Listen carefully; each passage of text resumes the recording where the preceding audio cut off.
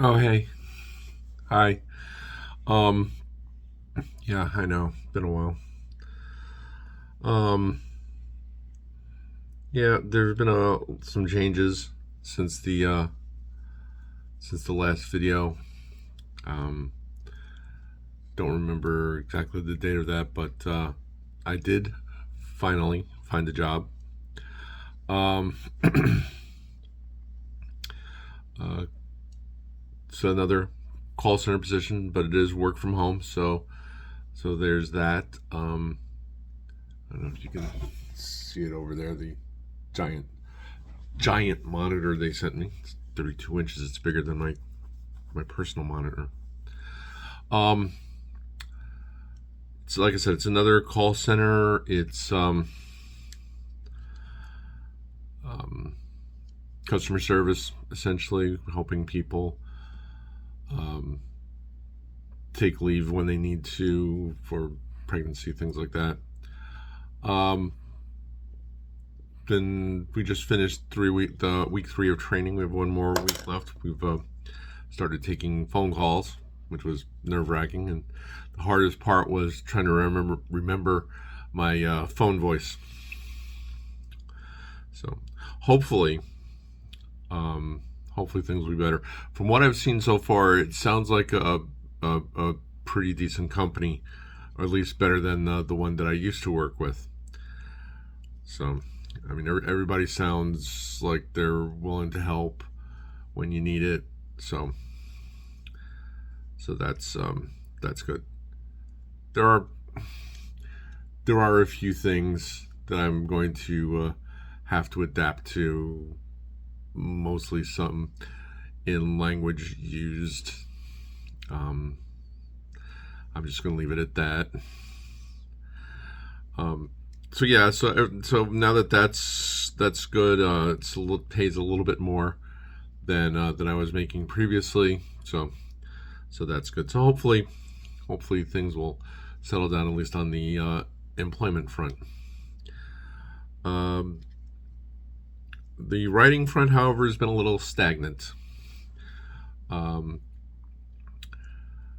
I get off work at 6 o'clock. During training, I've been getting off work at 6 o'clock. My normal schedule, the training schedule is 9:30 to 6. My regular schedule is 10 to 6:30. So I've worked that schedule before, so it's um, nothing I haven't done before. It's just that get off work, make dinner, try and unwind a little bit, and then all of a sudden it's 10, 11 o'clock, and you haven't written a single word, and yeah. So I have to get back uh, into that routine. But I'm getting there. I'm off on weekends, so um, I spend most of my weekends writing or napping, whatever. Anyway, uh, so yeah. I've been concentrating mostly on Spiritus Mundi and um, Under the Dark of the Moon, the last part of Under the Dark of the Moon. So hopefully I'll be able to bring that to a close soon. There is one definite scene that I want to include in that. It's a scene that starts out at a charity magic show performed by Kath and Marina, and ends up with the bad guys making one last attempt to uh, to kill Brenna, and the nasty thing she does to the leader. She doesn't kill him anyway. So yeah, I've been working on those. I had to, again, I don't remember what I talked about in the last in the last video. So with Spiritus Mundi, it had initially been um, a story about what is more powerful, magic or technology. Because in my fictional universe, magic does exist. Normal people call it magic. Mages and the Jinn and anyone else on that side of society refer to it as ether manipulation. It's magic. Um, so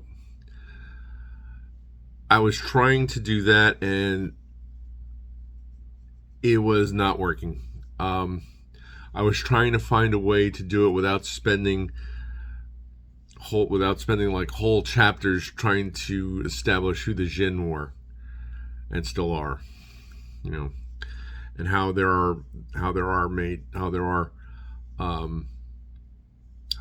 human mages can exist. But the good part is I did figure out how they can manipulate the ether. The Jinn have essentially a second spinal cord that serves as a collection organ for the ether that gets channeled out then through their nervous system. Excuse me.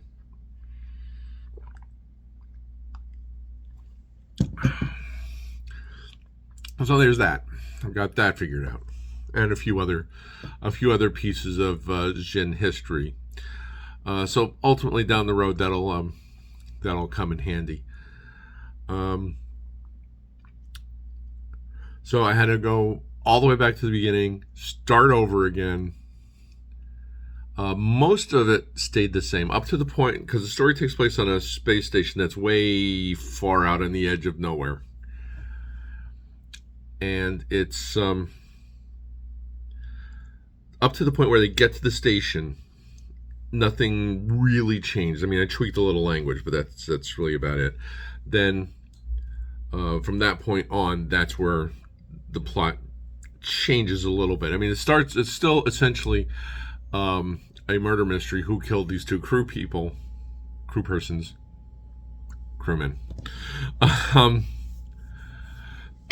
Excuse me. And that's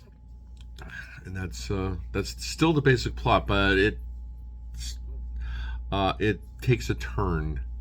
Things go pear-shaped, as they say, as they tend to do when Carly and Murphy are around. And I just reached the point in it where something really, really bad is about to happen to Carly. And that's kind of slowed me down a little bit, just trying to figure out how that would happen. Doing some research into inorganic life forms. And so hopefully, I mean, I know once I get past this point, I know basically what happens. I have scenes in my mind that, okay, this has to happen, this has to happen, this has to happen, and I know how it ends. And so it's just a matter of getting there. In Under the Dark of the Moon, George has been rescued. The Hunter base has been taken care of. Now it's just recovery and getting everybody back on their feet. So it's kind of slowed down a little bit. Like I said, there's that one sequence at the end, towards the end, and there's a little bit of a twist in the very last chapter, because the very last chapter is the narrator looking back on the story, and also reveals who the narrator is. And that's I don't know if that'll be a surprise or if somebody will figure it out before then. Either one would be good.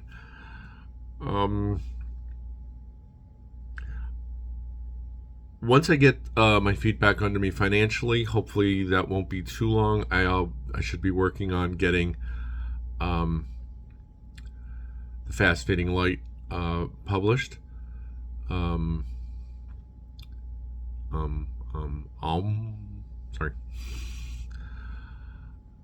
I should be getting the Fast Fading Light ready for publication. I'll be getting everything together and sending the information they need to get covers, to have the cover made.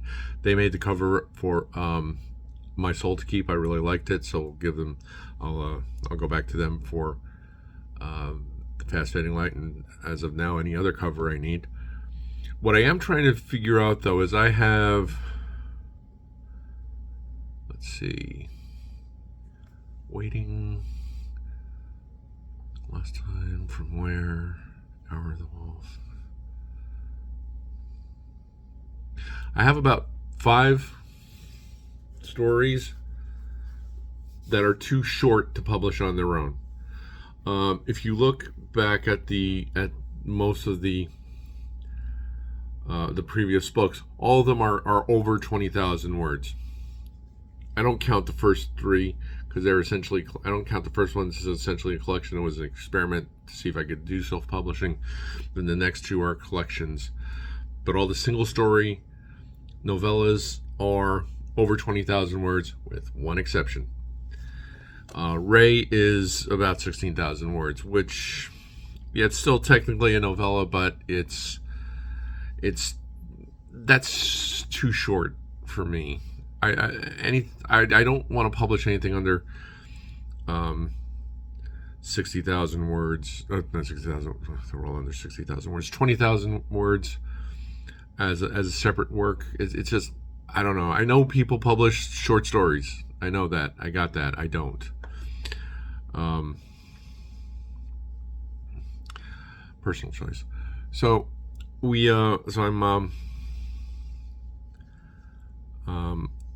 I'm right now they're going to be in a collection, and I'm trying to figure out a title for it.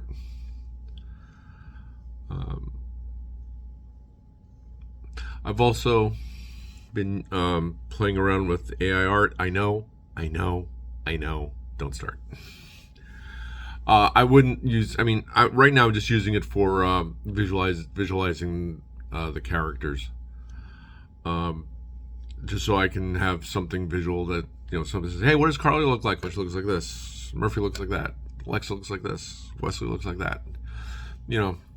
If I was going to have any of these stories made as a graphic novel, I would most definitely go for a paid artist to do the drawing. Of course, I'd also have to have somebody write the script. I can't write scripts.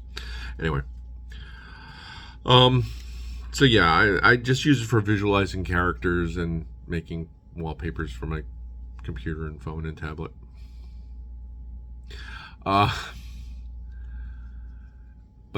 Yeah, so that's basically where we are right now. Continuing with my moving over to fountain pens for a minute, continuing with my regular habit of using one pen for a week, then changing inks and pens and inks, so I can keep moving through all my pens. I'll keep moving through all my pens and inks. This way, everything is being used.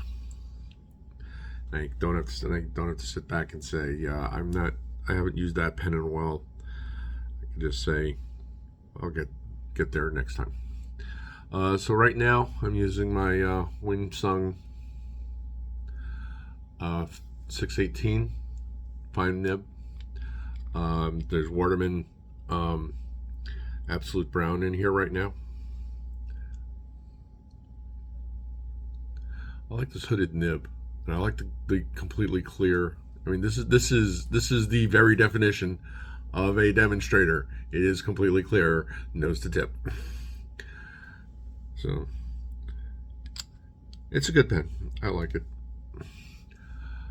But then I like Wingsungs and Jinhaos and Asvines and all them.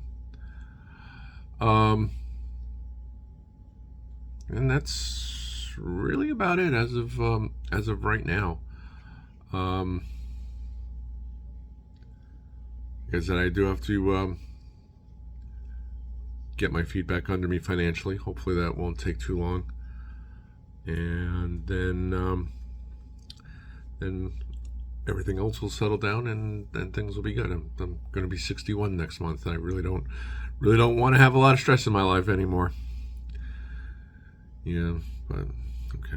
So that's where we are right now, and seeing as I'm recording this on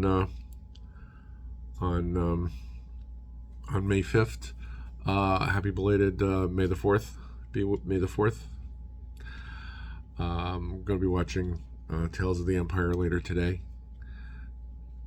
Why didn't I watch it yesterday?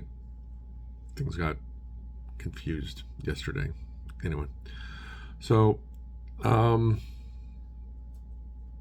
there's that, and Hope you all are doing good. Thank you all for sticking with me through these long stretches between videos. I do appreciate. And remember, we are each of us the heroes of our own stories and the villains of someone else's. And this is the way. Take care, guys. Bye.